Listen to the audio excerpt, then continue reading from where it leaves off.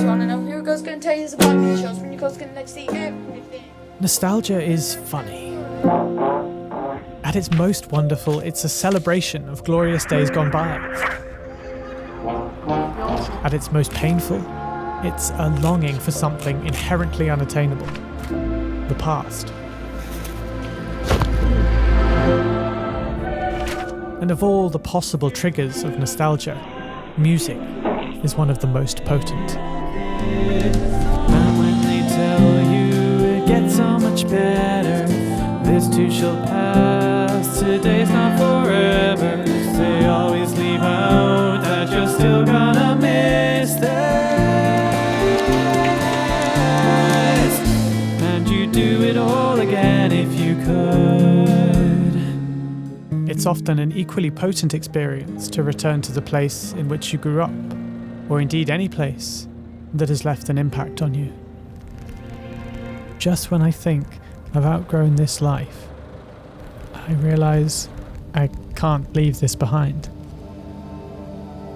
I've been fortunate to occasionally mentor young filmmakers on short filmmaking courses, and these opportunities have reminded me of all the incredible mentors I had when I was a young participant on the very same courses. As a new entrant, you're the smallest fish in a big pond. In time, you might grow to be the biggest fish in the local ecosystem. The pond hasn't changed size, but it feels smaller. And in these moments of an inflated sense of self-importance, it's fairly comforting and exciting to remember that there's always a bigger fish. I've got to keep this in mind. You're always the little kid to someone. And this was the spark of Small Pond. So, I'm not really a guitarist. My first instrument was trombone, so I'm only used to playing one note at a time.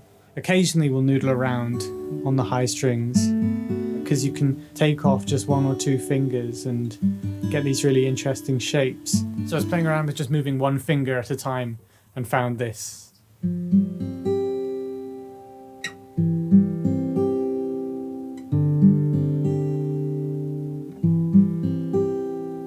And just when I think I've outgrown this life, I realize I can't leave this behind.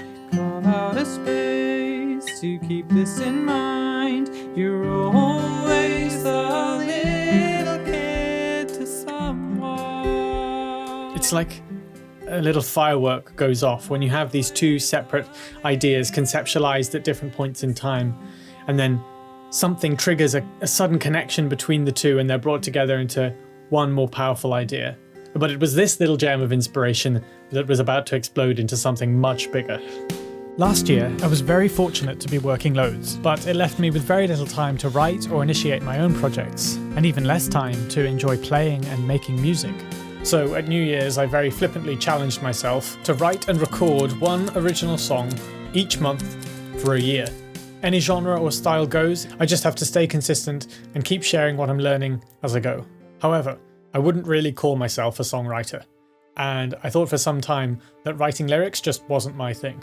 So how does a first-time songwriter write lyrics? I think it starts with a bit of intention to give songwriting a go. And once you've planted that idea in your mind, the lyrics start to appear everywhere. And for me, when I get inspired by something I've seen or heard, the first thing to do is commit it to my Google Notes app on my phone. From there, it seems very important to give the idea time to mull in your mind organically, and then gradually feed that document with related ideas as you go. Ideas are like bread, they need passive proving time. But then sitting down to actively brainstorm throws up all kinds of useful nostalgic imagery. And once this document is packed with collection of related ideas, I think I'm inclined to start distilling them down into chunks or scenes, such as a first day at school, or a last year at school, or waking up in your childhood bed as an adult. I think my brain works in this structure of scenes because of my filmmaking background, where the emphasis is on 3-act storytelling.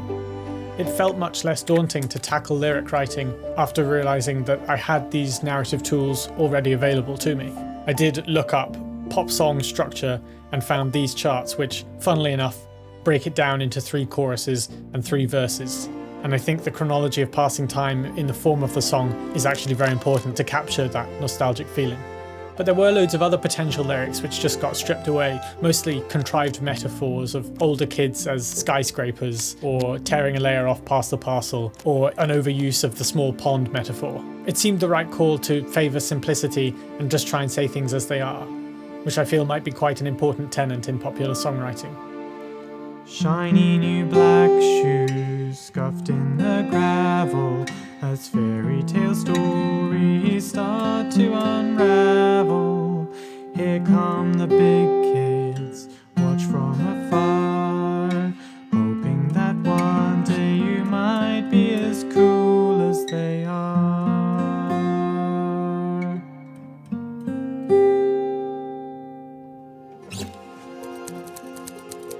I think musical theatre takes a comparable approach, using simple lyrics and natural speech rhythms based on dialogue or inner monologue. Musical theatre is a big inspiration for me, and I think you can hear its influence in Small Pond, especially the orchestration and the songwriting approach based in narrative chronology. In recent years, I've also been listening to a lot of McFly and Busted, who epitomise an early 2000s boy band era that feels very nostalgic. Busted especially leans into nostalgic storytelling, conjuring images of school days and first experiences. It's interesting that a Busted spin-off band called Son of Dork even had a musical based on their album. Nostalgic themes seem to feel at home in this fusion between pop punk and musical theatre, and though I only discovered these bands as a young adult, part of me wishes that I could have grown up when they were releasing music in their heyday. Anemoia is a neologism coined in the Dictionary of Obscure Sorrows, which means nostalgia for a time never experienced, usually born of works or media that romanticize the past. The word dated often has negative connotations, suggesting media that hasn't aged well, but equally, distinctly dated media can conjure these fond feelings of anemoia and nostalgia. In an age where we grow up into a world of screens and everything seems to be a race to keep on top of the latest AI tools, I think it's only natural to be wistful for the merits of an earlier, simpler time, where we didn't have devices in our hands that constantly injected us with a personalized strain of entertainment designed to be as addictive as possible to our particular brain. And we love to joke sometimes that we were born in the wrong decade. But of course, it's all too easy to romanticize what you never had. Music, more than any other medium, has the power to evoke these feelings. If I ever managed to write something that people would later look back on with that fond, nostalgic feeling, I think that would be a made-it moment for me. I'd say you can increase the potential nostalgic impact of a melody by making it memorable and easy to sing along to. So that was my primary aim with the verse. My original chord pattern could have been repeated throughout the verses, but I have a strange craving for variety, so I started noodling with other chord progressions. I used online chord tools and notation software for this, but kept testing it on the guitar as well to make sure it was actually playable. In contrast to the chorus, the verse features a more driving chordal movement and an easier, hopefully more memorable melody. The musical theatre influence is again audible here. A good friend pointed out that it feels very heavily inspired by Dear Evan Hansen, and I think Book of Mormon might also have something to do with it. I came to rely heavily on this B-flat sus2 chord. It's got that distinctly musical theatre flavour. I think partly, well, mostly because of the suspended second, but also being a 4 chord in the key of F. And 4 chords, for some reason, just scream out musical theatre.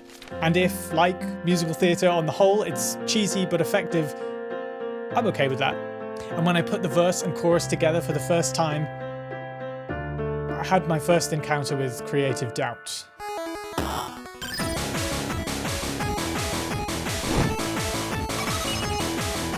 So the verse just felt discontinuous with the chorus.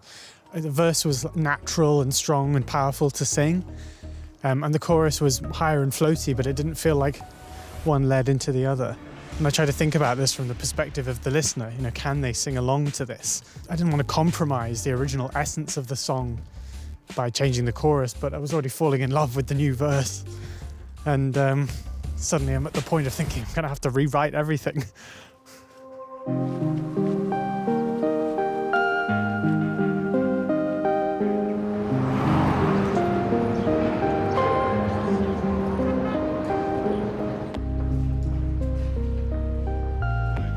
moments like these, it's important not to second guess yourself or destroy the integrity of the work already done or give up entirely. So it can help to identify what's working so far. At least the verse and chorus are distinctive rather than boring and samey. And actually the forward momentum of the verse is well complemented by a floaty, more whimsical chorus. Sometimes we accept elements that we're not 100% happy with because otherwise we would not complete the project. Done is better than perfect.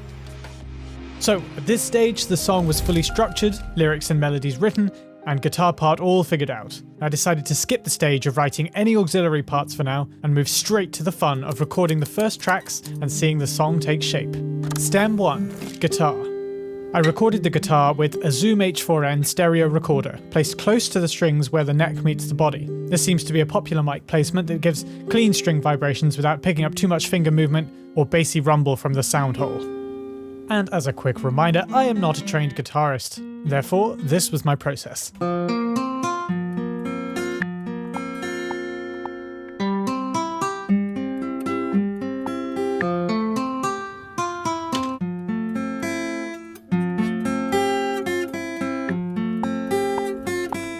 Well, you'd think I could actually play guitar. So while I can create a convincing guitar track in this way, there is truly no substitute for actual trained musicianship. Nice! Stem 2, the vocal melody. I again used the H4n for vocals, and although I know there are probably more suitable mic choices for this purpose, when you're excited to start recording, you just use what's to hand. Shiny new black shoes, scuffed in the gravel, as fairy tale stories start to unravel. Hearing the song start to come together like this is the first really exciting stage in the whole process. Hoping that one day you might be as cool as they are. Stem 3, bass.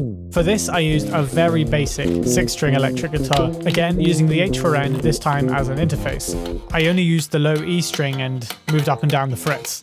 In the mix, however, the bass really adds that richness, the low frequencies, the ones you really feel. The bass is omitted from the first chorus to keep it light and airy, but generates power by driving through the verses. You've sat in first chair and grown out your hair and wandered the hallways, not lonely but always alone. Now that you're at the top of the Guitars, vocal and bass are really the essential core of this song, wasn't that big at all. and all the other parts are somewhat auxiliary. That said, stem 4, strings. Strings felt a natural addition to this song. They're common in acoustic, folk or musical theatre, especially a solo violin or small ensemble, rather than a full orchestral complement. I took a break from recording and started writing a string part on the notated score while travelling on the ferry. I would have preferred to work with a violinist to record these parts, but in this case the path of least resistance was to use virtual instruments. I found a really excellent pack from the BBC Symphony Orchestra. The strings thickened the mix and added some soaring counter melodies to build out a polyphonic texture. Waiting for life to be cinematic again. Stem 5, drums. I've dabbled in some drum recording before, but sadly the drums in this version of the song are also a virtual instrument. They play a small part in this song, but really help to drive the momentum forward, especially in the second verse and bridge. Always leave out that you're still gonna miss this, and you do it all again if you could. Stem 6, piano. At this stage the song feels quite complete, and the piano is arguably an unnecessary addition. However, I do think it adds variation and momentum to the second instance of the chorus. A wise mentor from my brass banding days always said, if you're going to repeat a section, you've got to do something different with it. Develop it some way. Leave this behind, carve out a space to keep. I also think the piano is a good instrument choice to add a touching, vulnerable, fragile character to the last chorus. The piano is the third and final virtual instrument in this version of the song. Stem 7, vocal harmony. Hands down, this is one of my favourite stages. Often when I'm recording vocal harmonies, I'll just hit record and see what comes out. It is very frustrating when this doesn't work out. No. But sometimes it just works. Morning sun starts to spill through those dusty old curtains. Sat on the sill, morning sun starts to spill through those dusty old curtains. Nice. At its best, recording vocal harmonies comes as easily as talking, in a pure, uninhibited creative flow. Carve out a space to keep this in mind. You're always the little kid to someone. Stem 8. Effects. So there was just one thing missing from this section of the song. Memory patchwork. One little whimsical and nostalgic sound effect to lead us into that final verse.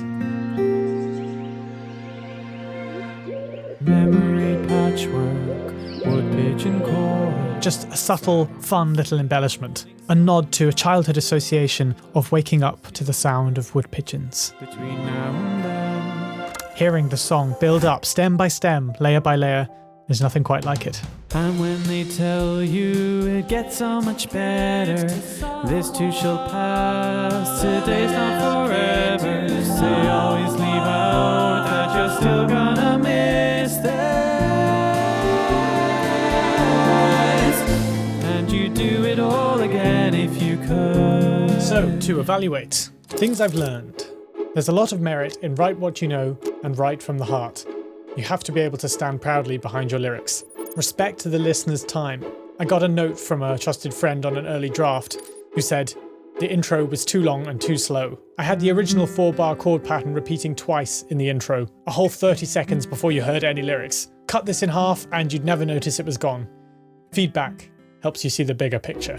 Be careful with piling on lots of instruments. The original guitar stem gets lost at times in among the other orchestration. Similarly, there are interesting vocal harmonies which just get lost in a homogeneous mush.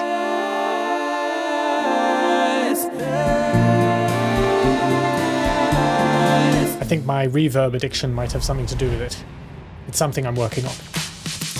I would love to work on playing each part as a continuous whole rather than bar by bar, and I think in the long term this can only help the overall musicianship of a piece. Of course, to work quickly, some shortcuts become necessary, and because the writing and recording process are so deeply intertwined here, you do sometimes have to work with fragments and chunks. Keeping in mind that this songwriting exercise is more about production than performance, it'll be a case of finding the balance. Also, I think some of my singing sounds really Americanized, which feels very musical theatre. With the fact that the pond wasn't that big at all. And I'm not American, I don't sound like that, so part of this journey will be to try and define my own voice, whatever that may be. I realize I can leave this behind. On this first project, I've particularly enjoyed the process of personal archaeology. It's inherently nostalgic to dig through the moments of life that have had a lasting impact on how we think and create. But nostalgia is more than a tool for self-analysis. I think we use it as a treat, a thing we use to reward ourselves. Nostalgia is like sugar for the mind. It tastes so sweet, it tastes so good, but sadly, there is such a thing as too much, to the point of overbearing, sickly sweetness. Sure, those who do not partake in the vice of nostalgia might be pure or grounded in reality or living in the present, while the nostalgia junkies among us might be living in the past or indulgently sentimental. But I think to put it in the balance, the past makes us who we are now. And perhaps a life lived indulgent in nostalgia is better than one fraught with regret. For life to be cinematic again. Like any other feeling, nostalgia ebbs and flows and has a place in a balanced existence. This song was born out of the powerful feeling encapsulated in the phrase of the small fish in a big pond, the fear and excitement of being fresh into a big new world. And there's something hopeful in being that small, with nothing to lose and everything to gain. And then when you've outgrown this pond, do you rest on your laurels or search for a bigger pond? There's always a bigger pond. Now I'm excited to be the little fish on this songwriting journey. So let's turn our heads forward once again and see where the current leads.